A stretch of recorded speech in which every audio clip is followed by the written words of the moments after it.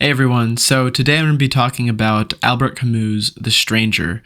I think this is probably one of his best and most important books in regards to his existentialist and absurdist philosophies. Just right off the bat, sort of a little background on the book and the setting. It takes place in French Algeria in probably like the 1950s. And it's important to note that Albert Camus himself came from French Algeria. He's ethnically French, but was born in French Algeria. Around the time that he was alive, there were about like a million people of French ethnic background living in Algeria, because Algeria was still a colony of France up until like around 1962. And actually, once Algeria won its independence from France during war against them, about the million French Algerians I mentioned were basically all fled back to France in like a mass exodus, and the whole French Algerian political issue is actually a major part of Albert Camus' works, and he talks about it a lot. But that's not really too important for this book. Now, the two major events that take place within the book that are important and that sort of move the story along are the death of the main character, Mersault, I think I'm saying his name right, Mersault's mother, and then in the second part, the murder by Mersault of an Arab man. So, right off the bat, the beginning of the book starts off right after Mersault has found out that his mother has passed away. He talks about requesting time off from work from his boss, and the annoyance his boss has towards him taking off work so abruptly. And it's interesting because the major theme, I think, of the book is the sort of emotional indifference that Mersault has towards life in general. For example, when his boss is sort of acting annoyed with him, his first thoughts aren't to the grief within him and the emotion and the sadness of his mother's death. The first thoughts are, it's not my fault. That's what he tells his boss. He said, it's not my fault. Like, it's not my fault my mother died. Don't be annoyed with me. He's not thinking like, why are you mad at me? My mother just died. You should be understanding. No, the first thing that comes to his head is, it's not my fault. Don't be mad at me, right? So it's a sort of emotional detachment from his mother's death. And then as he makes his way to his mother's funeral, basically, his mother used to live with him, but he couldn't afford to take care of her anymore, so he sent her to a senior home, maybe like an hour or two away from where he lived. And on his way to the funeral, he again, the emotional detachment comes up, where instead of thinking about the sadness of his mother dying, he's thinking of how inconvenient the trip from where he lives to the home is. He talks about how during the last years of her life, or the last year of her life, he didn't really visit her that often, and one of the parts is because it was so inconvenient to get there to him. So again, he's not thinking about the sadness of his mother's death, he's thinking of the inconvenience of the trip. And then once again, when he gets to the funeral or the senior home, and he's talking to all the people that work there, the director, the caretaker, the nurses, the other patients, again, this emotional detachment, this emotional indifference comes up. When he's talking to the director says something along the lines of, oh, well, it must have been hard for you to have to move her to a funeral or to a senior home. And he just matter-of-factly says, like, well, I couldn't afford to have her stay with me, so it's the best option. So he doesn't even think about the emotional sadness of like, oh, I have to be away from my mother. I won't be able to see my mother. It's just straight to, well, this makes the most sense. He's a very rational person. And if you know anything about Camus, he's always talking about how we are rational beings in an irrational world. And you see this sort of funnel into the story and how it develops. So during his mother's funeral, he stands vigil for his mother, which is customary at that time, I guess, in French culture.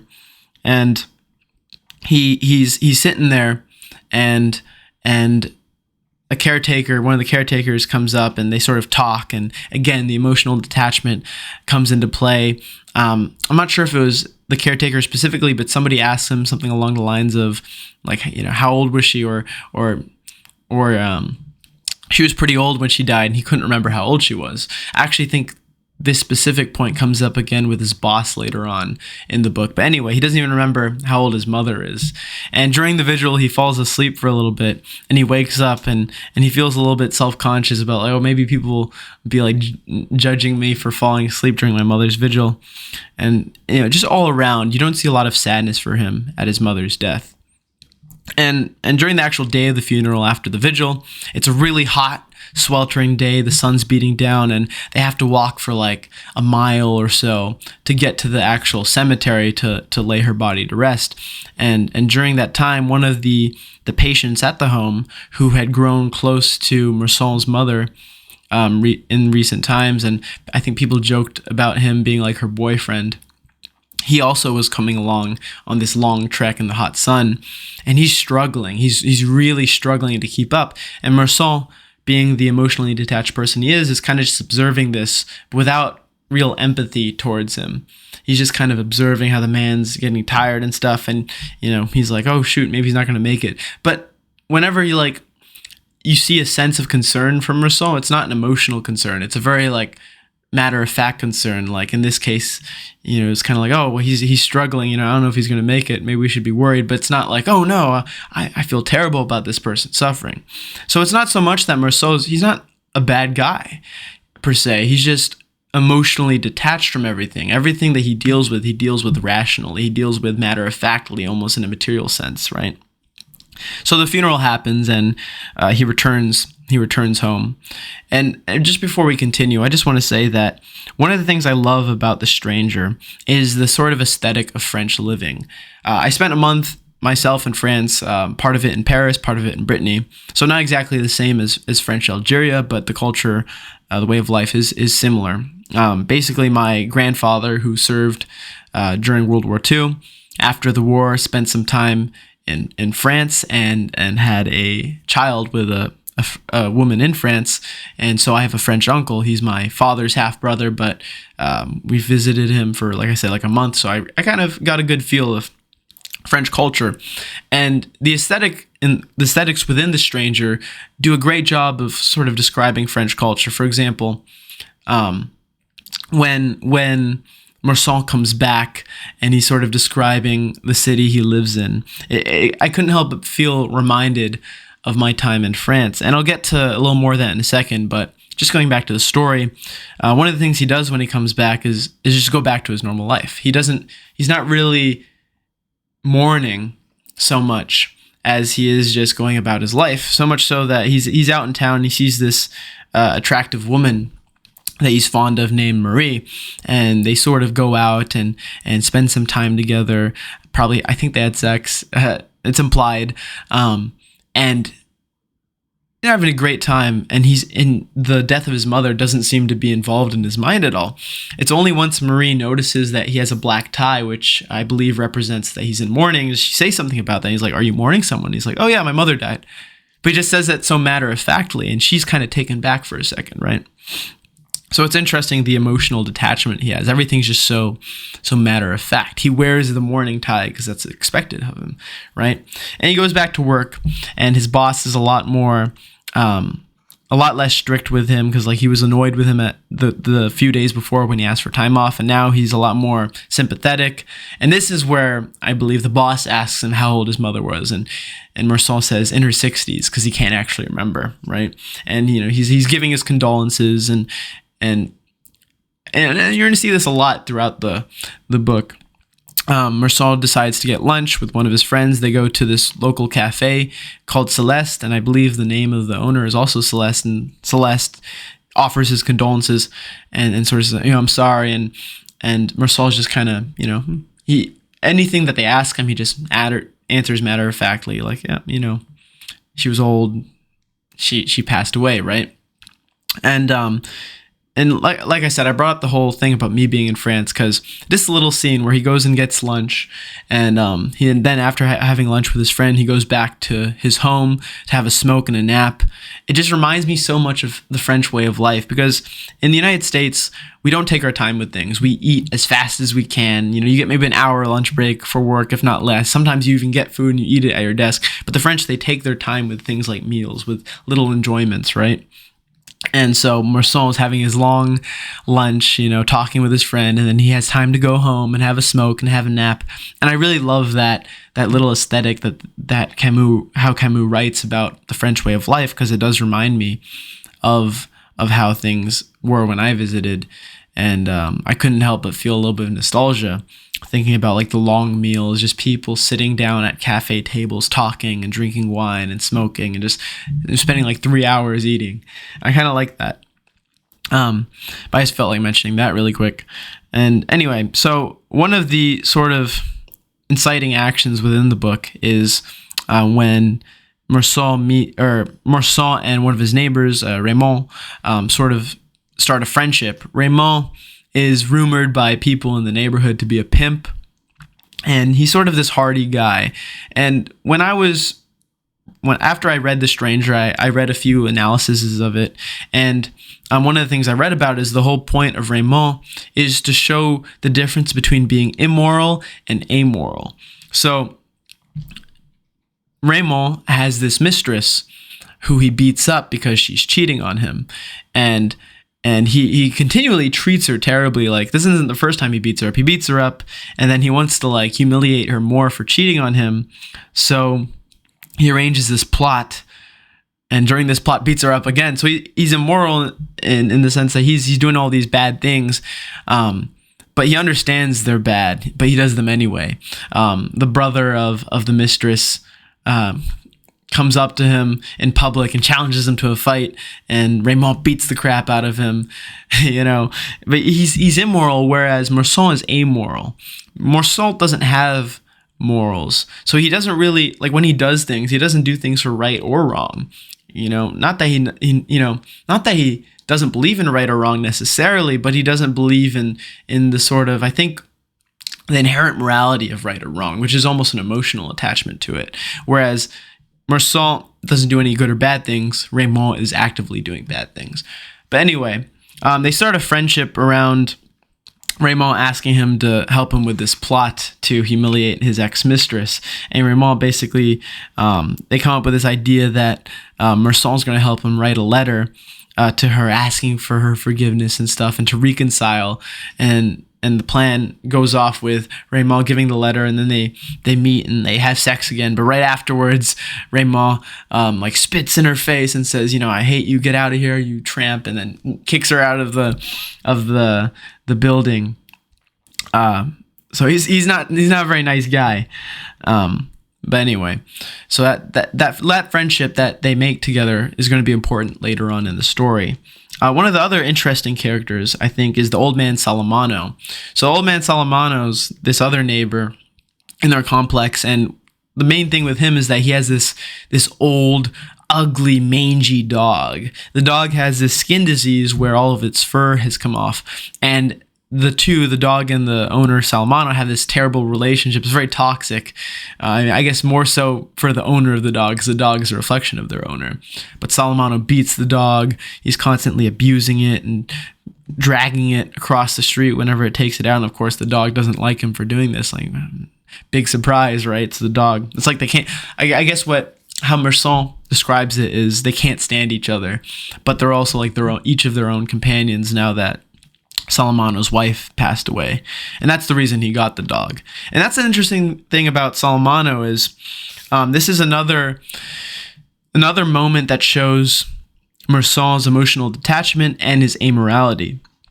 I believe it was Raymond who sort of like makes a comment to Mersault about Salamano and the dog and says, well, isn't that terrible? Like what he's doing, like he's just beating the dog all the time.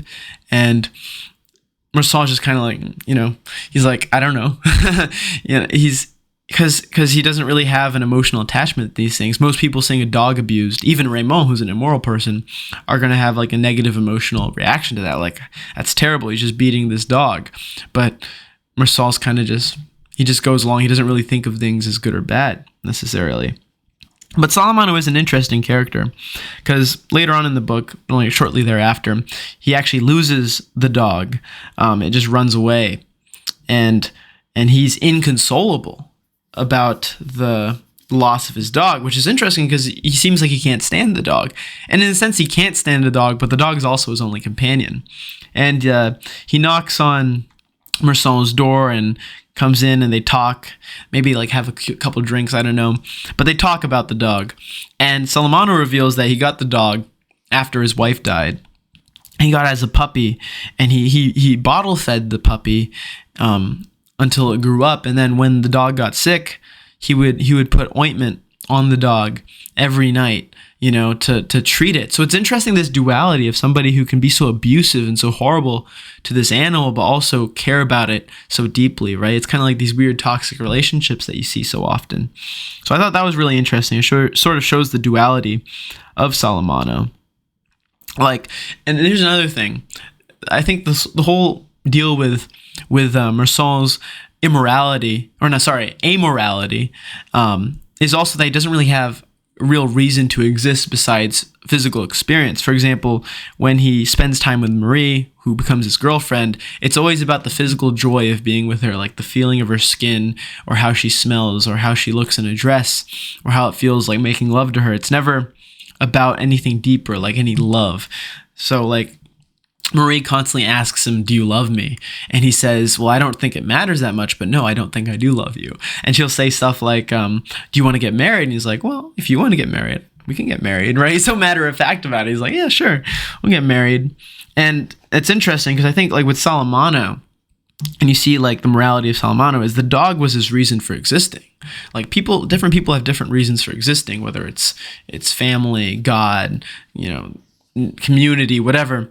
But Mersault doesn't have that reason, and Salamano did, and it was his dog. And not to get all cheesy, but maybe the death of Salamano's dog was this is probably a bit of a reach, but with Nietzsche, you think of the death of God, the death of that purpose. And Salamano needed his purpose, and his purpose was his dog, right? Everybody worships something, even if it's a weird relationship. In Salamano's case, he seemed to hate his dog, but his dog was his reason for living.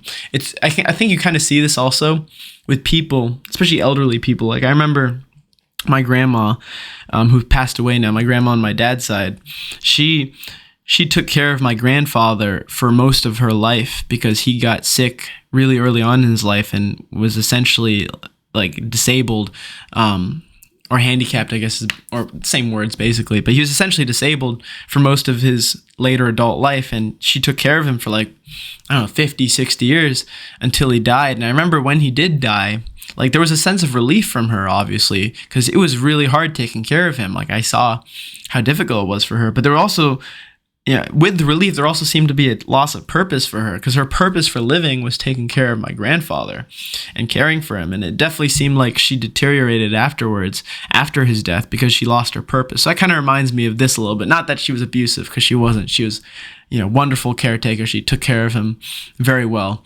So not the same thing as Salamano, but just this idea of a relationship that may not feel good to somebody. It may be draining, but at the same time, it's also your reason for being alive. So I think that's interesting. But the Salamano thing, I think, doesn't get talked about enough in regards to the strangers, so I thought I'd talk about it a bit. Anyway, now we get to the real inciting incident, or I forget all the terminology, the climax or whatever, but this is the major event that really changes the book, and that is the murder of an Arab by Mersault. So now that Raymond and Mersault have become friends, Raymond invites him and Marie to spend some time at the beach with his friend Mersault and his wife. I love French names, by the way. Raymond, Mersault, Céleste, Marie. Anyway, but so he invites them over, and they go to the beach. And on their way to the beach, they notice some Arabs are following them. In fact, Raymond had already told Mersault ahead of time, if you see any Arab guys hanging outside of our living or our residential complex, to let me know, because I said, I don't think I specifically pointed out, but the mistress of Raymond that he beat up was an Arab, was a Moor. So she was native Algerian. So naturally, I mentioned that he beat up her brother because her brother was calling him out in public. So her brother and his friends are the Arabs that he's looking for. And as they're making their way to the beach, they see them following them, right? So they're kind of, Raymond's just, be prepared, be aware. So they make it to the beach, and they start having a great time. They're swimming, and they're enjoying their time. There's even a moment, I think I might have mentioned it earlier in this video. There's a moment where Mersault sees Marie talking to Mersault's wife, and they're giggling and laughing. And in that moment, Mersault's like, I could actually see myself marrying her. So it's interesting. You even see these little glimpses of humanity from Mersault. Not to say that he's necessarily inhumane, but his emotional detachment can seem that way sometimes. But anyway, Mersault, Raymond, and Mersault are walking by the beach, and they eventually see the Arabs. And the two groups face off, and they eventually get into a brawl. And I can't remember if it was Mersault or Raymond, but one of them gets cut a little bit. Not bad, super badly, but still cut. But the fight happens, and they disengage, and they return to Mersault's house. And Mersault, or was it Raymond? I believe it was Mersault specifically, had a revolver. And after they go back, they're sort of sitting there and just recovering, right? And Mersault goes outside, and he notes the sweltering heat, the heat beating down. And this becomes a sort of theme later in the book of like, the heat might have been why he wasn't thinking clearly when he ends up murdering this Arab man. So he takes Mersault's revolver and just starts walking down the beach. And as he's walking down the beach, he notices two of the Arab guys that had gotten a fight with him earlier. And he approaches them, and without thinking really, without having a reason to do it, he murders them. I can't remember if he murdered one or two. These little details I have a hard time remembering. But he murders an Arab. I think it's just one of them. He murders one of them. He just shoots him multiple times, emptying out his the chamber of the revolver. And this becomes the incident that propels the story forward. Is the murder of the Arab. So of course he's apprehended, and he's put in prison, and a trial begins. And it's interesting how the trial develops, because it doesn't become so much about the crime itself as it does the crime of Mersault towards what most people see life as. Because like I said, Mersault is amoral. He's not necessarily an atheist. He doesn't care about all that. He doesn't care about religion. He doesn't care about all these sort of cultural things in regards to morality. He's just kind of living. He's just kind of living the material life. And not even in like an obsessive way, but just he doesn't view right or wrong, good and evil as things that play a part in his life. So he goes to prison, and of course it's not fun. He gets very bored. It's the same day over and over again. He's stuck in a cell. He wishes he was out and about, back into his life, making love with Marie, having lunch at Celeste, drinking wine and having smokes, but instead he's stuck in this cell. And the trial begins, and his lawyer actually thinks that they have a good chance of having like either just being let go or having a lighter sentence or whatever. So the trial begins, and Mersault has witnesses, all the people I mentioned earlier, like his boss, Celeste, Raymond, I believe Mersault and Salamano as well, and Marie for sure, to testify on his behalf. And they're all talking about, he's a decent guy, he's never caused anybody problems, but then the prosecution, instead of really focusing on the nature of the crime, focuses on the relationship that Mersault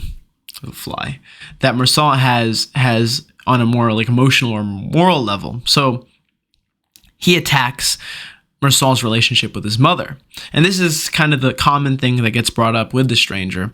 It's sort of like this, like, oh, is he on trial for not crying at his mother's funeral? So basically the whole point of the prosecution becomes trying to say Mersault didn't have any remorse at the death of his mother. And they sort of ask questions from all his character witnesses and try to pry this out. And they basically try to paint the picture that Mersault was a bad son who didn't care that his mother died. Like, they try to paint him as a monster. And this sort of also develops into to sort of almost like a religious argument, because they ask him questions about God or right or wrong, like the judge asks him as well. And when asked questions along the lines of like, sort of bring light to his view on good and evil, bring light to his view on God, he's very detached from it. He doesn't really believe in good and evil. He doesn't really care about God. And they're appalled by this.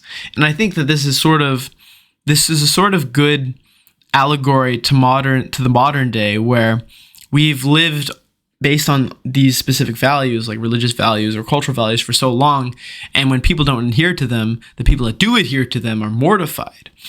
But it's different than simple rejection of religion or rejection of culture, because I think in the modern day, you see a lot of people that do reject traditional living or do reject religion, but then they do it.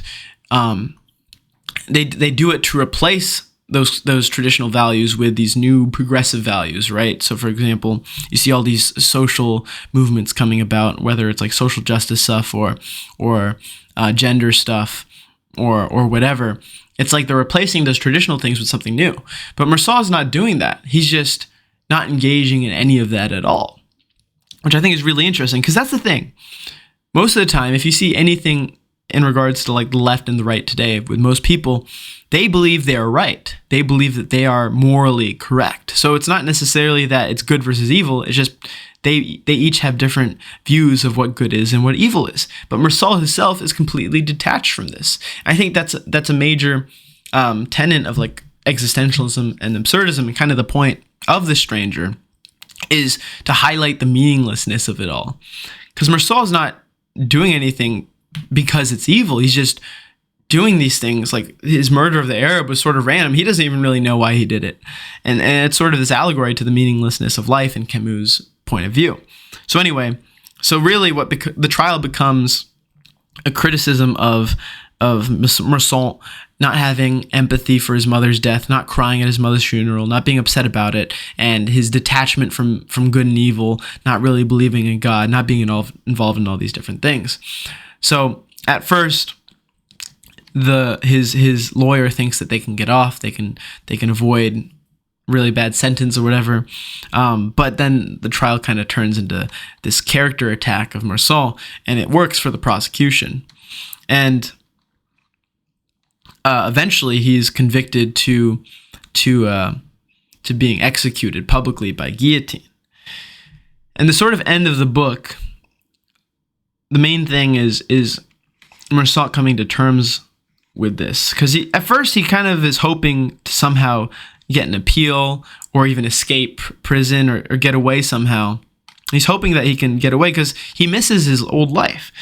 He realizes he really was a happy person. Nobody believes he was happy, because most people believe that happiness has to be tied to something like religion or family or emotional attachments to people. And for a lot of people, that is a big source of happiness, but it wasn't for Mersault. Mersault was genuinely happy living the simple life that he did, living the life of being a clerk, having lunch at Celeste, having wine, smoking, making love with Marie. Just that was what he enjoyed doing. That was what he enjoyed in life. And there's nothing hostile about his worldview. He just enjoyed doing that. And it's also worth noting that earlier in the book, his boss offers him a position in Paris. Like, wouldn't you want to live in Paris? Like, that's everyone's dream, to get out of here and go to Paris, like fulfill your ambitions. And Mersault is just, again, he's matter of fact about it. He's very indifferent. He's like, well, I don't mind either way. I'll go if you want me to go. I'll stay here if you want me to stay. And his boss is like, well, don't you have ambitions? Don't you want to do something more? Don't you want more? And Mersault's like, well, I'm just happy with my life, So he's like the existentialist hero, not finding meaning in anything really except for the simplicity of his life, which he finds to be beautiful. And there's this really important scene where Mersault is approached by, I believe, the prison chaplain, or just a chaplain in general. And the chaplain tries to say, like, it's not too late for you. We can potentially get you out of prison, or we can, at least you can be saved in the eyes of the Lord. And he's like, all you have to do is let God into your heart. And Mersault is again very matter of fact. He's not hostile towards religion. He just doesn't see the benefit of it. And he's like, well, I don't know. I don't believe in this, you know? And the chaplain is just so dumbfounded. Like, how can you not believe? Like, please, I'm begging you, just let God in your heart and you'll be saved. And Mersault is just, he's like, well, I just don't see the point of it. And then there gets to a point where Mersault is so annoyed by this guy wanting to save him that he just grabs him and he's like, what do you know about anything? There's no meaning to anything. Everything just happens because it happens. And he just kind of rants at him, and the chaplain leaves upset and, you know, unsuccessful in changing Mersault's mind. But this is a very important turning point for Mersault, because this is also the point where he comes to terms with his own death, because the whole like final lesson that Mersault learns is that life is meaningless. And again, this is Camus' interpretation,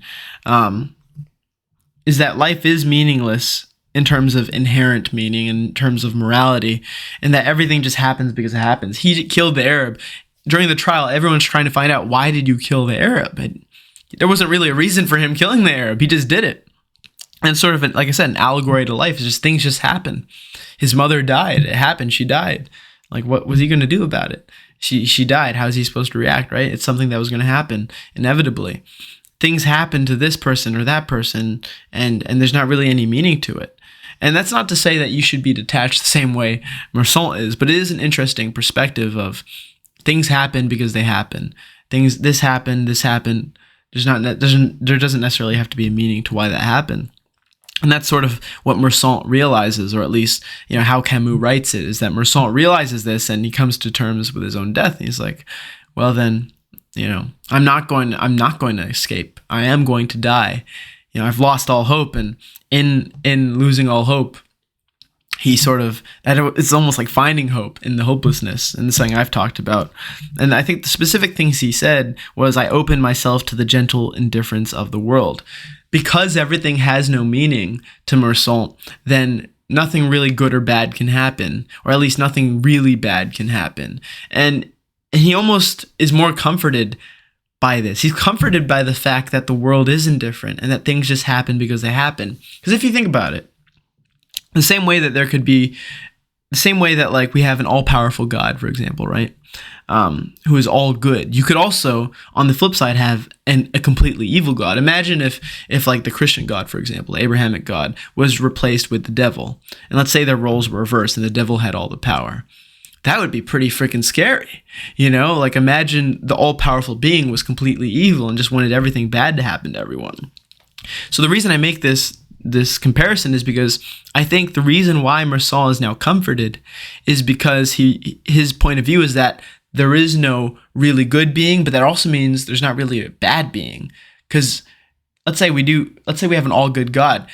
Let's say there was no all good God and you just had an all bad God. And that would be pretty terrifying, right? But Mersault sees it as nothing really happens for a reason. Nothing good or bad happens for a reason. Nothing really good happens, nothing really bad happens. So there's a sort of balance in the universe. There's a sort of peacefulness to that anything that happens, there's not really any meaning to it. Like the terrible things that happen to someone, it just happened because it happened. There's no in Mersault's point of view, there's no powerful being that is punishing somebody, that is like trying to ruin somebody or create evil. So the gentle indifference of the world is that everything just happens by some weird chain of events. Nothing pushes it towards that. It just happens. And the fact that it happens for Mersault is that he doesn't really have anything he could do about anything. He's lost all hope. There's nothing he can do about his death. There's nothing he can do about this or that. So he's comforted by that, because when you don't have a choice and you only have one choice, then it's very easy to make that choice. Like, you know, if there's a huge menu at a restaurant, that's stressful, thinking like, oh, what do I pick? There's like 20 menu items. But if a restaurant only had one order that you could order, then you're going to go there. You know what you're going to order. There's no stress around that. And it's the same with death. If you know exactly when you're going to die, let's say you knew for a fact you were going to die when you were like 60 years old. Like that's not super old, but you knew you were going to die in that exact day. Then every day of your life until 60 years old, you're comfortable because you know you're not going to die yet. There's this great allegory or like story or whatever of this guy who finds out he's going to die when his watch goes off, and his watch is set for like 75 years, and his whole life he's the most confident person in the world, and he has no problems doing anything. He lives a dangerous life, and and towards the end of his life he says goodbye to everyone. He says bye to his family, his kids, and he goes and he hikes up a mountain and sits at the top of the mountain and watches his clock go down. And it's 30 seconds, there's 10 seconds, there's 5 seconds, and finally 0. Closes his eyes, nothing happens, and he opens his eyes and he looks at his watch, like, something wrong with my watch? But it's just at 0. So this watch that supposedly when it ran out was supposed to kill him didn't do anything. And for the first time in his life, this person that has never known fear because he's always been confident, knowing exactly when he was going to die, knowing he could go through life basically invincible, is finally, for the first time in his life, afraid.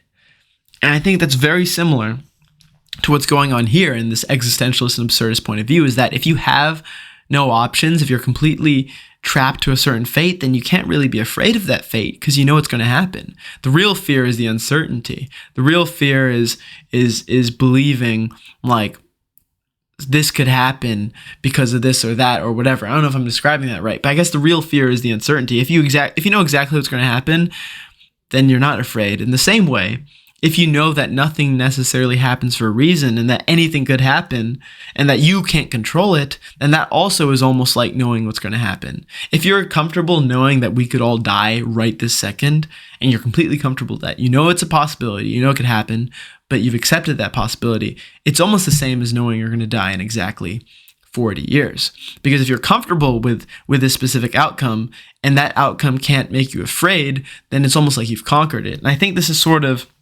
the philosophy of Albert Camus, because the whole point of absurdism is we are rational creatures in an irrational world. So how do we deal with that? We some people deal with that through religion, some people deal with that through political ideology, but at the end of the day, things are going to happen. Some horrible things could happen, and it's about how do we deal with the reality that horrible things could happen, really good things could happen. Like, how do we approach that?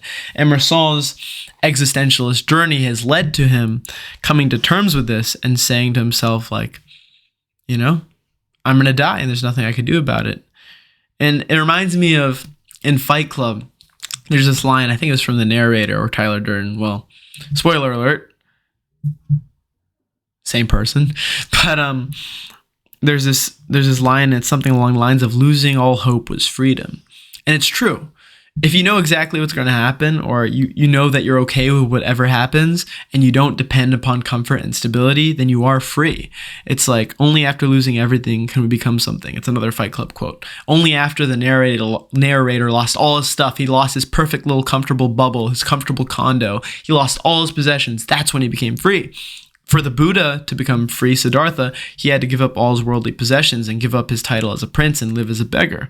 Jesus told the rich man, if you want to walk with me, sell all your goods and donate the proceeds to charity and walk with me as, little more than a beggar. And the rich man went away sad. And Jesus said, it is easier to walk through the eye of the needle it is easier for a camel to walk through the eye of a needle than it is for a rich man to enter the kingdom of heaven. Either meaning that it's difficult for someone rich to make it into heaven, or, well, there was this entrance in Jerusalem, the eye of the needle or whatever, and a camel had to lower itself and take off its burdens from its back to enter through this gate, saying we have to shed our earthly possessions to make it to heaven, right? So it's this idea that only by losing all these things that make us comfortable and stable can we be truly free. And the same thing with Mersault. Losing the hope of escaping was the truly freeing thing for him. And that's when he was comfortable with the world. He was comfortable with the gentle indifference of the universe, that what was going to happen was going to happen. There's nothing he could do about it. Good or bad, there's nothing he could do about it. All he could do is live, and all he could do is move forward. I think this kind of goes back to Camus' whole allegory with Sisyphus, and I got to reread The Myth of Sisyphus because it's a brilliant book, but I read it early into my philosophical journey, so there's a lot I didn't understand, so I definitely got to reread it and then do a video on it. But I think that's another thing with the myth of Sisyphus is he's trapped to his fate of pushing a boulder up a hill. There's nothing he could do about it. So why should he be upset? If there's nothing that Sisyphus can do about his fate, if there's nothing that Sisyphus can do to get himself out of that situation, why should he be upset? If you're trapped to a really terrible fate and there's nothing you could do about it, then you just have to find a way to still be happy in that terrible situation. Because, you know, nothing's going to make it better. Nothing's going to change it. So all you can do is find some amount of joy and beauty in that simple moment, right? And that's, I think, a major part of the sort of absurdist and existentialist philosophy about Camus, and one of the reasons I think his philosophies are so beautiful. And it's worth noting that he's one of my favorite philosophers. I enjoy reading his books, but I wouldn't consider him a major influence on my own philosophy. I take a lot of inspiration from his philosophies, but I think that at a certain point, especially in this day, there is a need for action. I think there is a sort of detachment from Camus or a detachment from action with Camus. Like I said, sort of like this whole idea of the gentle indifference of the world. Like that's true, but I think we're also called to do something in the world, to make change. Like I've kind of penned my philosophy as heroic existentialism. Yes, maybe there is no meaning to all these things, but we as heroes, through heroism, can create meaning, can go forth and bring that meaning into the world, can be the people who lead the way, the bastions of human innovation and human triumph and greatness, right? And exceptionalism. But I think that's good for today. I think it was a nice little video. I promised I'd do it by the end of Wednesday, and here we are on Wednesday. I'm going to upload it. Obviously, Thanksgiving's coming up, so for those of you that are spending that time with your family, hope you have a great time. Coming up, we have analysis of Storm of Steel, Ernst Jünger, and then analysis of the Metaphysics of War by Julius Evola, and then some more videos after that. So yeah, as always, thanks for watching, and I appreciate all of you. So yeah. Well, this is the Warrior Philosopher, building the foundations of the Warrior Philosophy. I'll see you next time.